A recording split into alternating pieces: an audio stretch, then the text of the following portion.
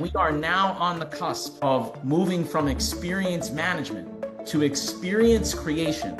I think is the next precipice of transformation, not only in the digital space, but the next evolution of what we consider customer experience management. AI is a tool. It's not necessarily going to replace leadership or strategy, but it can help amplify clarity. AI in its best form only does what we train and guide it to do. We're not in a world where it's thinking for itself yet.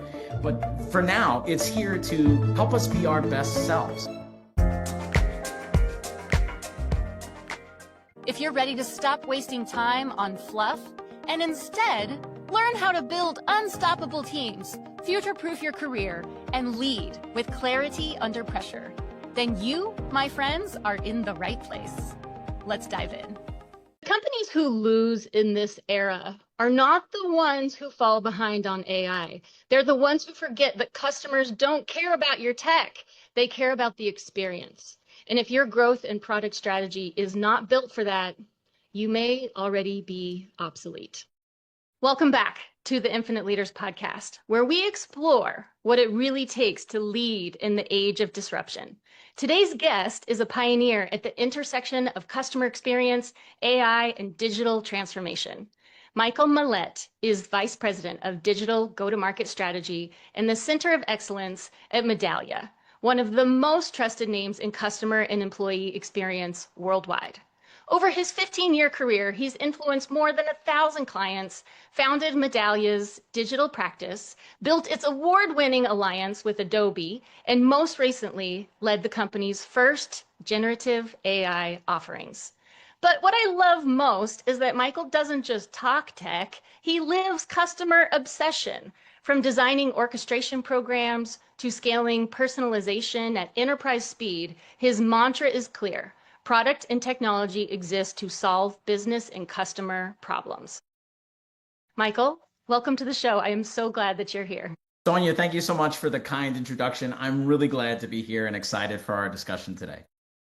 I want to jump right in here because you helped launch Medallia's first generative AI offerings. So where do you see AI accelerating go-to-market, product strategy, marketing strategy? Like, where do you think that leaders should be paying attention to, and where should they be resisting the hype?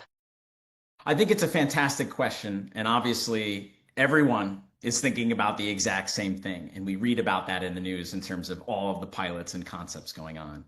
I think there's a few key areas that come to mind. One, AI can help you find stories in your data that you weren't able to otherwise find. And what I mean by that is you are already sitting on an interactional data source that's rich in what behaviors customers are doing or not doing, what they're saying and where they're saying it. For example, on phone calls that don't often get analyzed for customer experience purposes and acted on. And yes, old school surveys, all of it is fair game, that social, all of these interactions. AI can actually help you find the pattern across these stories and tell you actually have a trending issue. So I think that's one of the areas where it can help you with discovery around how to understand and act on the experience. Another area that it can very much help in is actually leveling the playing field on how to interpret what you find. So it used to be that only the experts and practitioners and those with the data science and PhD in math could actually tell you what some of this information means. Now, thanks to AI, we can actually help the average person understand we not only have a trend, here's what that means, and here's potentially a recommended action to take. And the other really, really great thing that AI can now help us do, although it's just emerging and most are still practicing, is that AI can actually help us automatically, dynamically create the content and deliver it.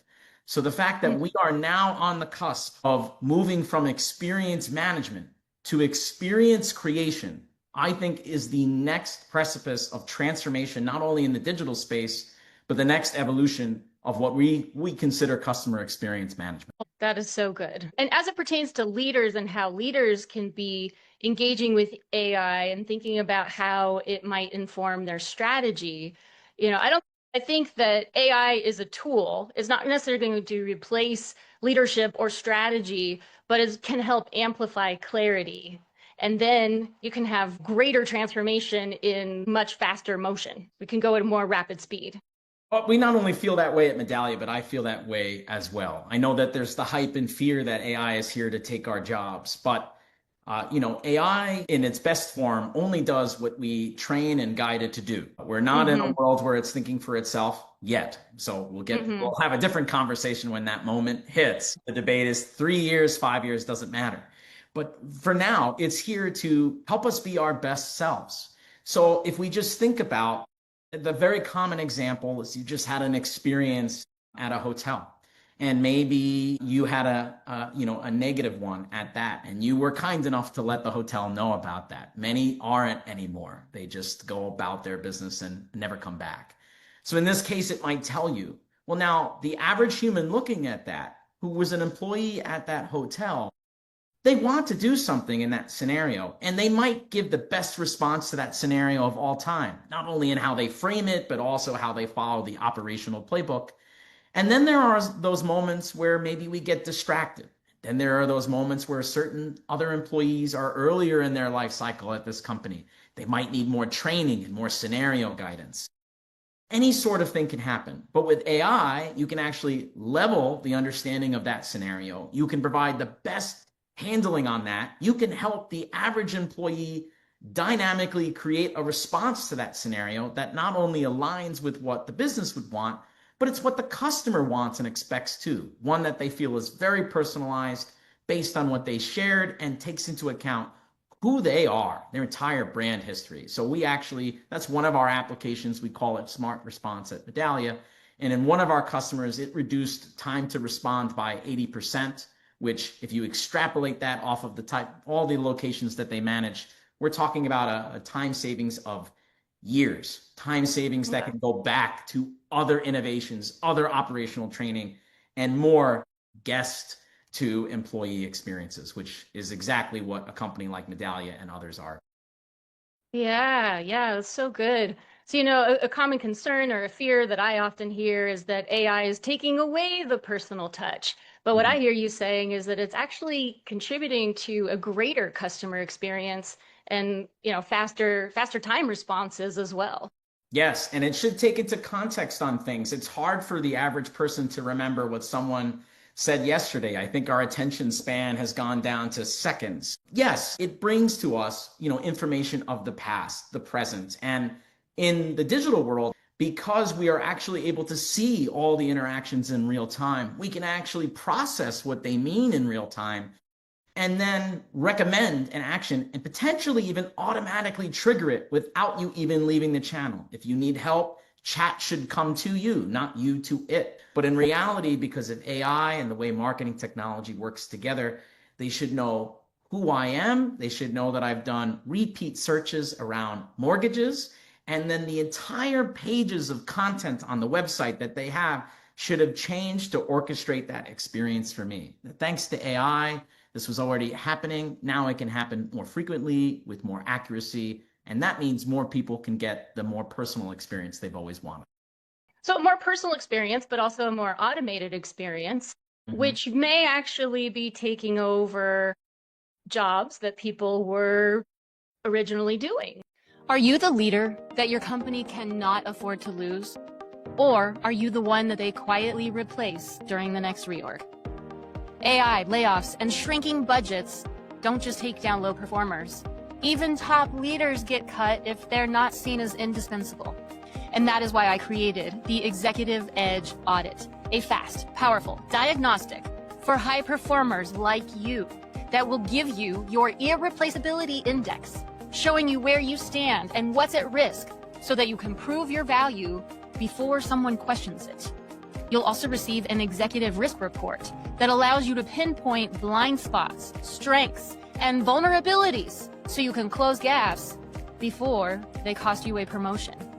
And finally, you'll receive a 6-month performance accelerator plan, complete with a boss-ready case for why your org should approve budget for your continued growth. So don't wait. Head on over to infiniteleaders.vip right now. So how do you see that this is shifting the future of the workforce? Well, I think there needs to be a balancing act. So The way that it should start is they'll take the mundane activities for the employee and also the repeated activities from the customer. Those sorts of things should become automated because they should move faster. Faster for the customer means the employees can innovate and do something else that is complex, and it means higher lift for business results. But there's all sorts of moments where it's too complex. The scenario handling is unclear. We are not exactly sure what to do for this person at this time. What's their preference? And then there are moments where there are tons of people who still prefer things in person, over the phone. It's not just dependent on their age demographic. Younger people prefer this too, depending on the scenario and depending on how important it is for them to get something done right, well, and completely. So that's where the balancing act comes in. I believe the parts that should be automated are things that should have probably long been automated many years ago. And the parts that should keep the human touch are the ones where creativity is required, where some decision-making, where it is not safe to codify that yet because the decision-making routes are unclear or it's too complex to codify. And what advice do you have for senior executives and HR leaders that are planning for the future of the workforce? What skill development do you think that professionals should be focused on developing to remain relevant in this new world that we're all living in now? I'm glad you asked because that's one of the major gaps we have on the technology deployments out there in the world. The tech is far surpassed our enablement on it. Number one advice, even before enablement, when we're taking these internal transformation projects or these employee augmentation and assistant projects, I think it's just really important to keep in mind what is the business purpose and what are the user workflows, the customer or employee workflows we're trying to enhance. What is a successful outcome? The reason why a lot of the projects unfortunately fail is, at least what we hear in anecdote and what I read in the space, is it was more of a technical test without a true purpose. So keeping in mind that, hey, if we launch an internal assistant, what it should do is it should help you answer these questions faster and it should help you deliver the experience. We're looking for productivity, time savings, but not just that. We're looking for revenue growth because what that means for you is you're not just handling things on fire, you're opening up creative cross-sell, upsell, and suggestion opportunities that the customers are going to love because they were actually in the market for that. And what helped us remember that? Our marketing technologies, our CRM, and our AI. But when it comes to app skills and enablement, on that part of the question, assuming we get past go on that, that's where live training, self-service courses, actual step walkthroughs. I remember when I first started my career almost 11 years ago in technology, I knew research, I knew consulting, but I didn't know sales, I didn't know technology, and believe it or not, I actually didn't understand digital experience as a practice either. I had to learn that. So through the patience of mentors, through demonstrations and simulations and practice, I actually didn't just teach myself. I had people who gave me the time for live walkthroughs and told me how something works and told me how to apply it in my day-to-day. It felt very easy to adapt that. It's here. It's very helpful. It's not going to replace us. But how do I use it so that everybody wins? So you mentioned that, a lot of the sticking points are really, it's not the technology itself, it's in the implementation of the technology and getting things out there faster to market as quickly as possible. So if you were to dig into that a little bit further, like when you've worked with senior level executive teams, all teams inside of the organization, what have you seen as principles or guidelines for super helpful execution versus not so great execution? Like, what are the sticking points and how can we all do this in a faster, more effective way? Well, it's key to consider the information at your fingertips today. So if we're thinking about assistants and agents, they live in digital channels, which means you already have product analytics, application monitoring analytics, behavioral analytics, feedback, text analytics, support tickets. You have all sorts of analytics about what's been working in that technology or that website, mobile app, application experience. And I think making sure to know what that is and why you want to introduce the assistant and agent, that is important. And if you don't have those technology offering, a company like Medallia that I work for absolutely can help. Another key step is in the ideation and design process. In my years in product strategy, when I've seen product deployments and adoption stories go really well, same for clients, is when they actually incorporate the business users whom they're trying to serve as customers, or customers as they're trying to serve as customers, as part of the ideation process. That means you want to use a fast prototyping solution so that we can have something to look at, play with, and talk about. But you also want to have those focus groups, those user research. In internal forums, these are your employees who very much want all the help in the world to stop doing things that, even they consider as monotonous, and they have better things to do, as you ask them all of the time: move faster, do more with less. Well, okay. So they are actually your experts, not only on your tools and your systems, but your processes. And by the way, they actually probably know the customer just as well, and sometimes better than the customers know themselves. Customers aren't always able to articulate what they really mean when they share how they feel about your brand. Employees have a very, very critical perspective into that. So include them in the ideation process. Include them in actual user story validation and simulation. Would this work for you if you actually had this? Yes? No? Why not? What would you prefer differently? Do that before you lock it in, because the worst thing you can do is ship a product that didn't take that into account beforehand, and then everyone spikes in using it, and then you see no one using it after 30, 60 days. Don't set it and forget it. Just because you launched it once, don't assume that that's it. Actually, no, you're going to find new enhancements, new questions or prompts that it can't handle, new use cases it can't cover, new data sources it can't cover, and change your success criteria for a phased success criteria. It's not a failure if it didn't do everything at once. No one can do everything all at once. Innovation is a continuous process. It never ends. It's one of the beauty and curses of the technology space and what we all need to do in the business world.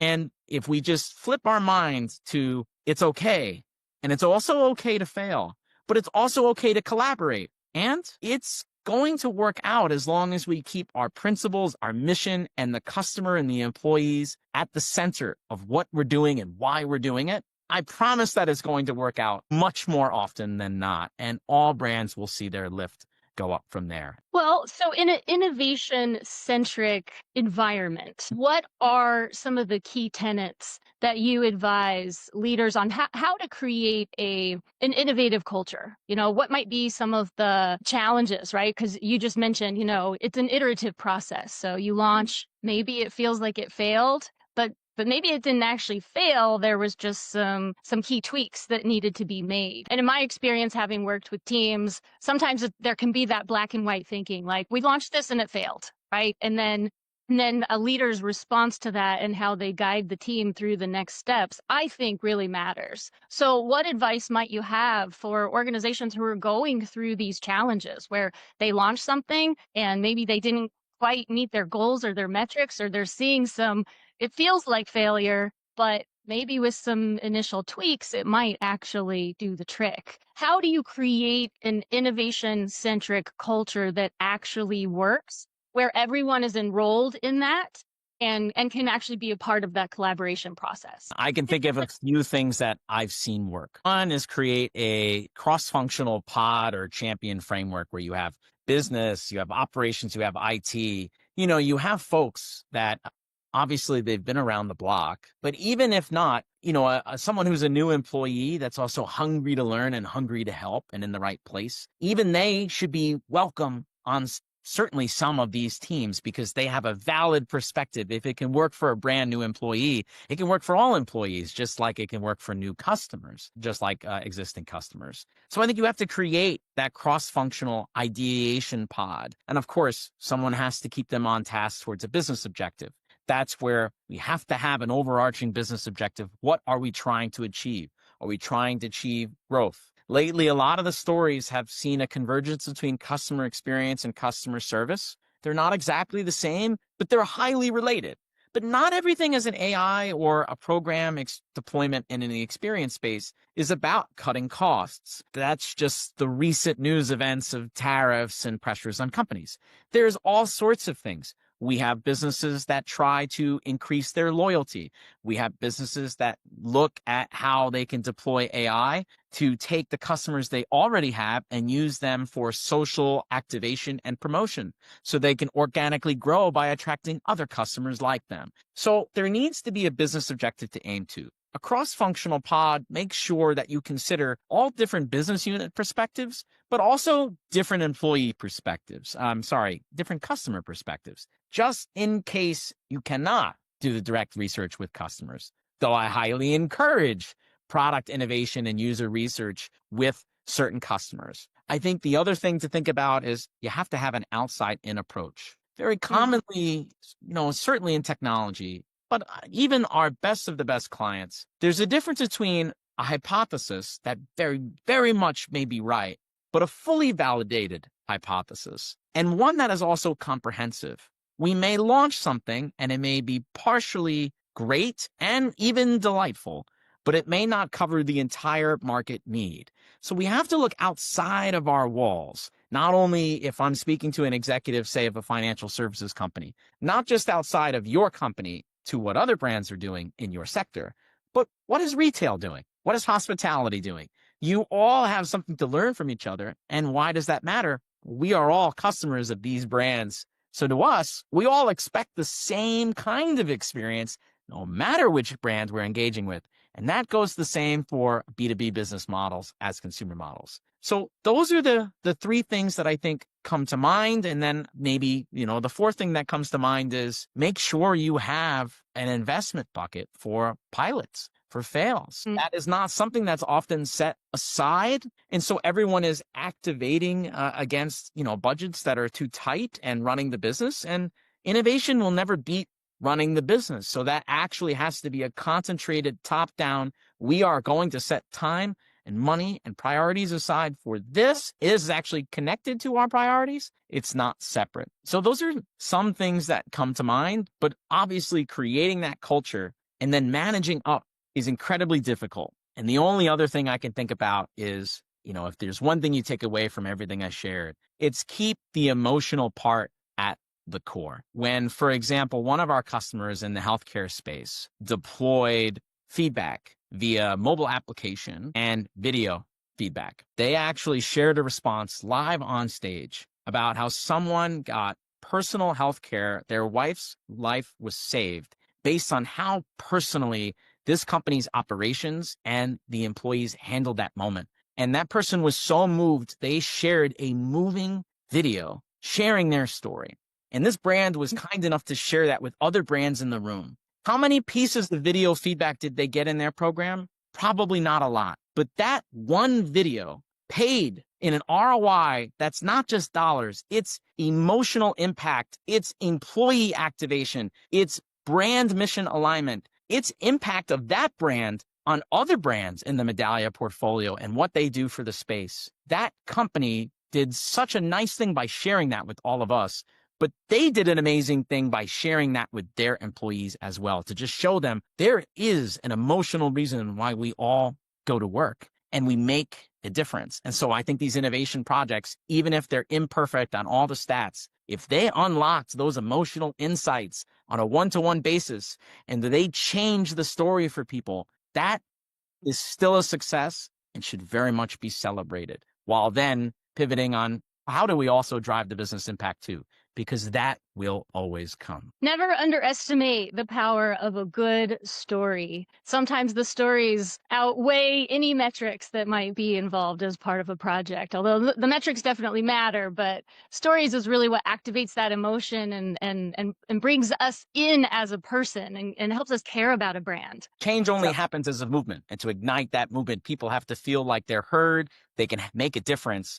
And you have to share back to them the difference that they have made. So well said. So well said. So on the topic of storytelling, I'm going to shift gears a little bit, and I'd love for you to share a personal story. So I learned from you, Michael, that you once sang with Hanson, the Boston Pops, and even at the Vatican without even being able to read music. So That's I'd right. love to hear a little bit more about your experience there and maybe connecting the dots, what did your experience teach you about confidence and adaptability in leadership? Somehow I got conscripted to be Santa Claus in a third grade play, but I got the bug and I became a bit of a drama geek and nerd. When you're in an all boys high school, someone needs to sing too. So they're going to ask you that. And I actually come from a long family history of singers, drummers, opera singers. So we have the gene. So that certainly was a help. But when you go through all this practice, you end up learning it backwards. So yeah, I still cannot read music to this day. You just through repetition, listening to CDs, listening to yourself, which I do not enjoy. You do all of that, and the next thing you know, you're repeating that sound as you wanted it in practice, and potentially pitch perfect. So one of these days, we were just out in the middle of New York, and because we're really cool kids, we dared someone to sing in public. And the next thing you know, Hanson comes out of the subway, they break into Mbop, and we lost the picture on a flip phone, but that's how I met them. They invited us to their concert. We invited them to our show. Nobody went to anything, but it is a really fun story. And so I just stuck with it. And I think what it taught me is that it taught me stage presence. It taught me practicing. It taught me storytelling. It taught me how to connect with your audience. It is something that I have seen some of the smartest people I have ever met, but because they're not talking to a wall or they didn't have the same opportunities as I did, they're not as comfortable sharing. So that's just something that I think that AI can very much help, not only on helping you prepare the notes and prepare the talk track, like how to tell a great story, but then don't underestimate the power of just talking to a wall. Just practice, because some of the greatest ideas of all time, if they weren't told by the greatest storytellers of all time,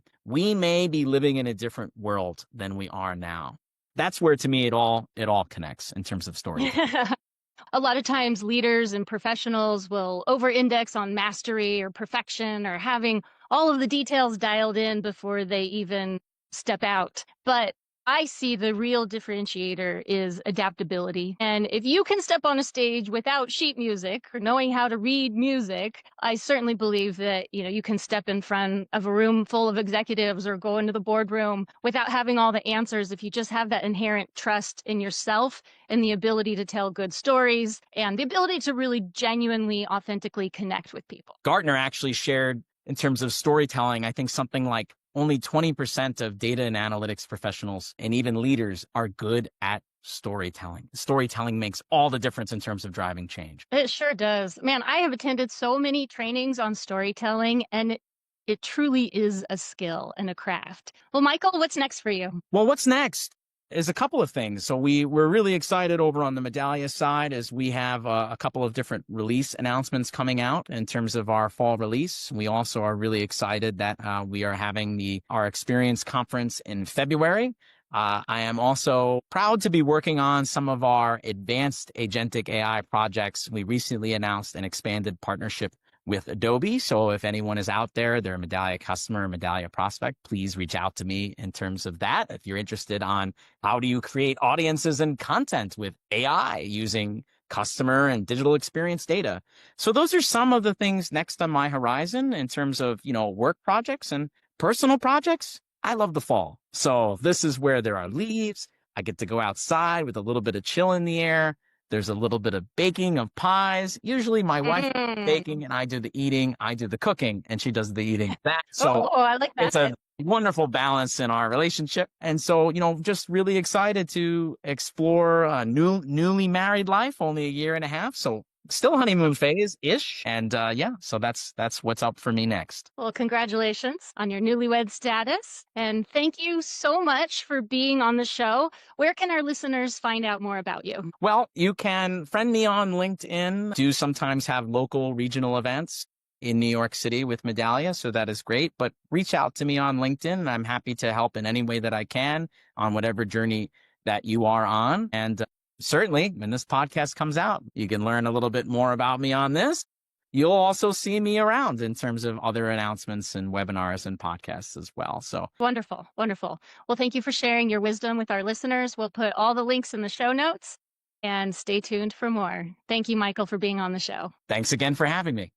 Thank you for joining us for another game-changing episode of the Infinite Leaders podcast. Remember, Leadership is not about slogans and one-off events. It's about strategic operating systems, sustainable rhythms, and real results. If today's conversation gave you a spark, do not let it fade. Whether you're navigating change, breaking through organizational roadblocks, or building high-performing teams, take the next step with the Infinite Edge Audit, a low-investment, corporate card-friendly plan to future-proof your career and fast-track your next professional move. Need support for your team? Well, we do that too. We empower leadership development that delivers measurable results, team alignment that breaks down silos, and organizational results that actually stick. So head on over to infiniteleaders.vip right now. That's infiniteleaders.vip.